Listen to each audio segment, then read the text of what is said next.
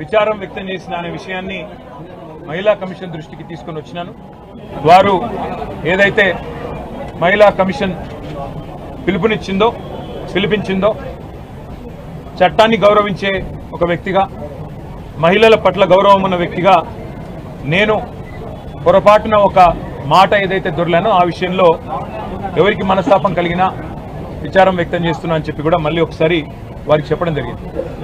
అయితే ఇక్కడ బాధాకరమైన విషయం ఏమంటే, చట్టాన్ని గౌరవించే వ్యక్తులుగా, వ్యవస్థల్ని గౌరవించే వ్యక్తులుగా, రాజ్యాంగబద్ధమైన సంస్థల్ని గౌరవించే వ్యక్తులుగా ఇక్కడికి వచ్చి మహిళా కమిషన్ ముందు హాజరు కావాలని మేమొస్తే ఈ సంఘటనని రాజకీయం చేయాలని చెప్పి మహిళా కాంగ్రెస్ కార్యకర్తలు కొంతమంది వారి అధ్యక్షురాల నేతృత్వంలో ఇక్కడికి వచ్చి మా నాయకురాళ్ల మీద దాడి చేసి పోలీసులను అడ్డం పెట్టుకొని ఇక్కడికి వచ్చిన మా మహిళా కార్పొరేటర్లను, మా గౌరవ ప్రజాప్రతినిధులను, అదేవిధంగా మా నాయకురాళ్ల మీద వారు చేసిన దాడి ఏదైతే ఉందో దీన్ని నేను తప్పకుండా, మీడియా అంతా కూడా దానికి సాక్ష్యం, ఇది తీవ్రంగా ఖండిస్తా ఉన్నాం. ఇది పద్ధతి కాదు.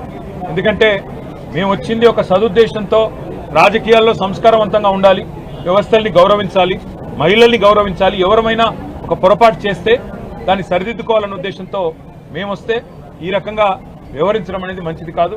ఒకటి. రెండవది, మహిళా కమిషన్ దృష్టికి రాష్ట్రంలో సమస్యలు కూడా, అన్ని విషయాలు కూడా వారికి చెప్పే ప్రయత్నం చేశాం. ఈ 8 నెలలుగా రాష్ట్రంలోని పరిస్థితులు ఇవన్నీ కూడా వివరంగా చెప్తే మీరు మరొక రూపంలో రండి, మరొకసారి టైం తీసుకొని రండి అని వారు అన్నారు.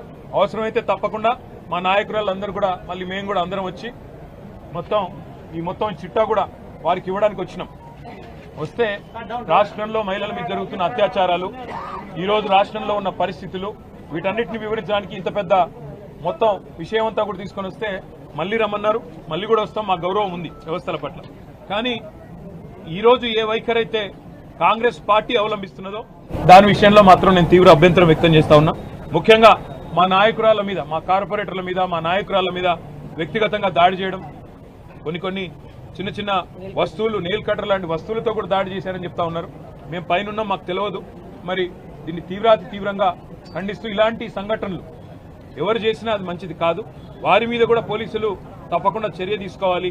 మహిళా కమిషన్ కూడా అవసరమైతే సుమోటోగా దీన్ని కూడా కాగ్నిజెన్స్ లోకి తీసుకోవాలని చెప్పి కూడా కోరుతూ, మరి తప్పకుండా భవిష్యత్తులో మహిళా కమిషన్ రాష్ట్రంలో మహిళల మీద జరుగుతున్న అఘాయిత్యాలు, పిల్లల మీద జరుగుతున్న దాడులు, ముఖ్యంగా ఆడపిల్లల భద్రతకు సంబంధించిన విషయంలో మరింత శ్రద్ధ వహించాలని చెప్పి కూడా మనస్ఫూర్తిగా నేను కోరుతా ఉన్నాను.